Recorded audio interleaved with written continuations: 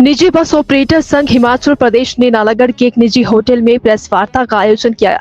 पत्रकारों को संबोधित करते हुए निजी बस ऑपरेटर संघ के प्रदेश अध्यक्ष राजेश पराशर ने कहा कि हिमाचल प्रदेश में बाहरी राज्यों के लोगों को ऑल इंडिया बस परमिट नहीं मिलना चाहिए। जब सरकार द्वारा बाहरी राज्यों की काउंटर साइन करवाने का प्रावधान है तो उसको परमिट देने की क्या जरूरत है। उन्होंने सरकार द्वारा बढ़ाए गए टोकन टैक्स को पर बोलते हुए कहा कि वह सभी टैक्स देने के लिए तैयार है, परंतु अब जब वह टैक्स जमा ऑनलाइन करवाते हैं तो सरकार द्वारा नोटिफिकेशन जारी होने से 2 साल पहले का दर्शाया जा रहा है।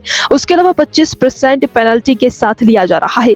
उन्होंने सरकार से मांग की है कि जिस दिन नोटिफिकेशन जारी की है उसी दिन से ले ली जाए। आज हमारी BBN के जितने भी हमारे निजी बस ऑपरेटर है उनकी एक बैठक हुई अभी इसी होटल में और बड़े ज्वलनशील मुद्दों पे चर्चा हुई, जिससे हमारे यहाँ के ऑपरेटर भी और हिमाचल के ऑपरेटर भी दो से पीड़ित हैं।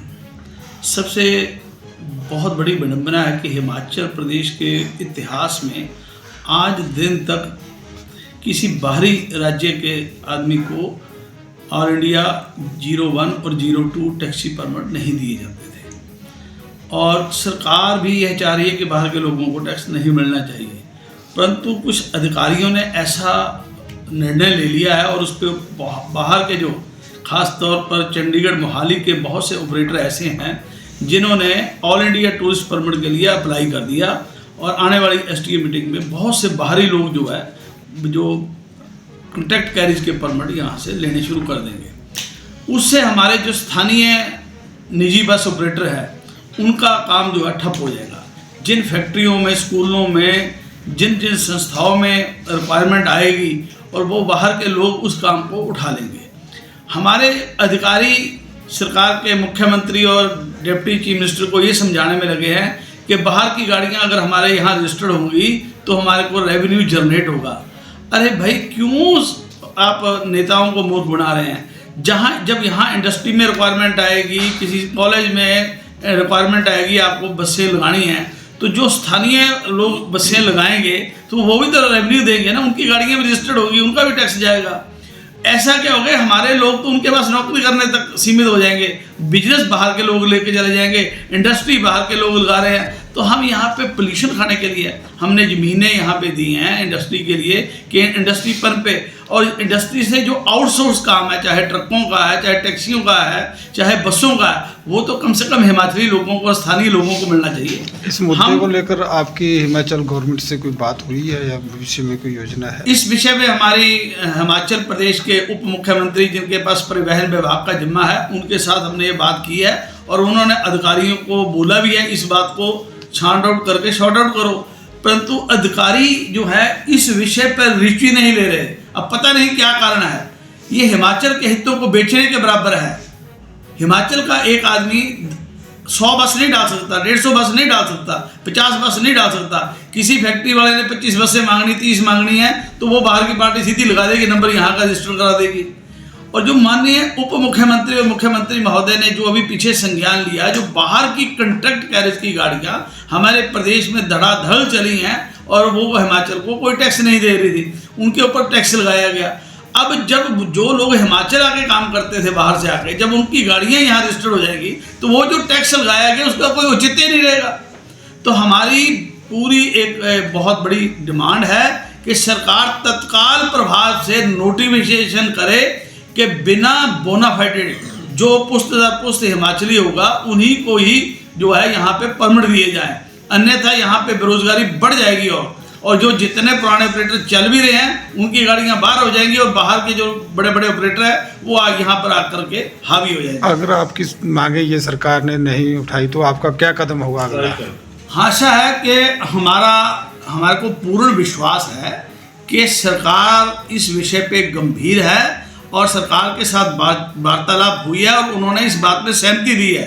ये कुछ ना कुछ षड्यंत्र बना है जो नीचे से अफसरशाही में ये जो फैसला लिया गया है, ये इसलिए लिया गया। कोई 5, 7, 10 ऑपरेटर चंडीगढ़ मोहाली के नालागढ़ बद्दी BBN में काम करते हैं। अभी आपको हम चिन्हित करेंगे 150 से ज़्यादा व्हीकल पंजाब नंबर की और चंडीगढ़ नंबर की गाड़ियाँ लोकल काम कर रही हैं यहाँ पे। वो अधिकार किसका था? वो हमारे किसी नीडी आदमी को, हिमाचली आदमी को व्यवसाय मिलना चाहिए था, वो भी उठा रही। स्कूलों में भी यहाँ बाहर की गाड़ियाँ लग रही हैं। अगर ये परमिट भी बाहर के कर दिए तो हम फिर वोटें भी बाहर ही डाल देते हैं, जाके यहाँ वोट भी क्यों डालनी है। हमारी बात, हम इस यहाँ पे धूल भी हम खाएं, जमीन भी हम दें और दुखी भी हम हों, और पैसा कमाने वाला बाहर से आए, यहाँ से पैसा कमाए और चला जाए, हम उनके पास नौकरी करें, ये हमारे को बर्दाश्त नहीं होगा। और हमारे को विश्वास है कि सरकार इस पर तत्काल फैसला लेगी। और अगर सरकार नहीं फैसला लेगी तो समय पे जैसी जैसी रणनीति आएगी, अपने व्यवसाय को बचाने के लिए कोई भी कदम उठाना वो पाप नहीं है। जैसी जैसी स्थितियाँ आएंगी वैसे वैसे आगे की रणनीति बनाई जाएगी। और एक और बड़ी बात, पिछले 2 वर्षों से हिमाचल परिवहन विभाग ने 02 बसें थी जो उनका टैक्स नहीं निर्धारित किया था। हमारे बार बार आग्रह करने पे डिप्टी सीएम मुकेश अग्निहोत्री जी ने इसका संज्ञान लिया और इनका जो है टैक्स निर्धारित कर दिया। और उस टैक्स की नोटिफिकेशन हुई कि 1 दिसंबर 23 के बाद इन बसों का टैक्स इस प्रकार से लिया जाएगा, परंतु उसमें भी शरारत हो गई। अब जो हमारा अधिसूचना, बड़ी समझने की सुनने की बात है, अधिसूचना लागू होने की तारीख है 1 दिसंबर 2023, और जब हमारे लोग जा रहे हैं टैक्स जमा करने, रेगुलाइज करने के लिए, तो वो 2 साल पीछे का टैक्स उठा रहा है। ये बड़ी अपने आप में बड़ी औचित्य बात है कि नोटिफिकेशन लागू हो रहा है दिसंबर 23 में, वो 21 जनवरी 21 से टैक्स उठा रहा है और उस टैक्स के ऊपर पेनल्टी भी उठा रहा है, जिस कारण हमारे हिमाचल के जो बस ऑपरेटर हैं वो बहुत ज़्यादा दुखी हैं। वो टैक्स देना भी चाह रहे हो, पिछले टैक्स की लायबिलिटी जो जबरदस्ती गले में पड़ रही है उसकी वजह से वो जमा नहीं करा रहे। और आज बहुत अधिकांश ऑपरेटरों की बसें जो है पासिंग और परमिट रिन्यूअल की वजह से खड़ी हो गई हैं। और जो ये टैक्स लगाया 1 दिसंबर 23 से, बाहर की गाड़ियों ने पीछे 10-15 साल टैक्स नहीं दिया और इस महीने से 1 महीने का टैक्स जमा करा के उनकी गाड़ियाँ बिल्कुल रेगुलाइज होगी। अब उस चीज़ का, इस नोटिफिकेशन का फायदा किसको हुआ? बाहर के लोगों को। हमारी बसें फिर रहेगी। हमने गलती करी है कि हिमाचल में हम अपनी गाड़ी रजिस्टर कराई। अगर हमारी गाड़ी बाहर के नंबर होते तो हमारे को भी दिक्कत नहीं होती। हमारी सरकार के आगे विनम्र प्रार्थना है कि ये जो टेक्निकल मिस्टेक है इसको तत्काल ठीक करें। इसकी जो नोटिफिकेशन लागू होने की तारीख है उस तारीख से आगे का टैक्स ले, और पीछे की पेनल्टी और टैक्स जो क्रिएट कर दिया वो बिल्कुल गलत है। वो हमारी गलती नहीं है, निर्धारित करना सरकार का काम था। हम तो टैक्स देना चाह ही रहे थे, दे ही रहे थे, बार बार आग्रह कर रहे थे, लिख के दिया। और हमारे आग्रह पे ही डिप्टी सीएम साहब ने इसको तत्काल करके, उनके जब ध्यान में आई हुई ऐसी दिक्कत है तो उन्होंने ये किया, पर उसमें फिर शरारत रख ली कि बाहर के लोगों को फिर बेनिफिट दिया। मैं हिमाचल प्रदेश के डिप्टी सीएम और मुख्यमंत्री जी से ये मांग करता हूँ कि जो अधिकारी इस सिस्टम में लिप्त हैं उनके ऊपर कड़ा संज्ञान लें। ये ऐसा षड्यंत्र चल रहा है कि जो हिमाचल के ऑपरेटर है वो पनपे और सड़कों पे आए और हो हल्ला हो। हम नहीं चाहते। हम सरकार को आगाह करते हैं इन पहलुओं पे बड़े ध्यानपूर्वक सुनने की बात है।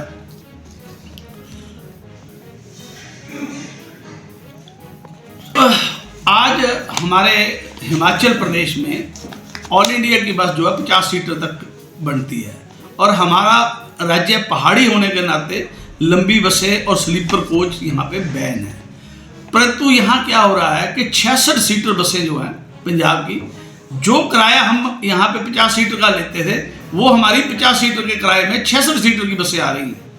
हमारी हिमाचल प्रदेश सरकार से रिक्वेस्ट है, हाथ जोड़ के बेनती है कि हिमाचल के अंदर पहाड़ी राज्य होने के नाते जो है वो 12 मीटर से ऊपर की बस को अलाउ ना करें, और 66 सीटर, 70 सीटर, 72 सीटर जो बसें आ रही हैं, जिस तरीके से स्लीपर कोच को बैन किया है उसको भी बैन किया जाए, ताकि बाहर से लोग जो आके हैं वो उनको सस्ती पड़ती है 50 सीटों का किराए में, उनको 66 सीटर बस मिल रही है। वो हमारा बिजनेस सारा बाहर जा रहा है।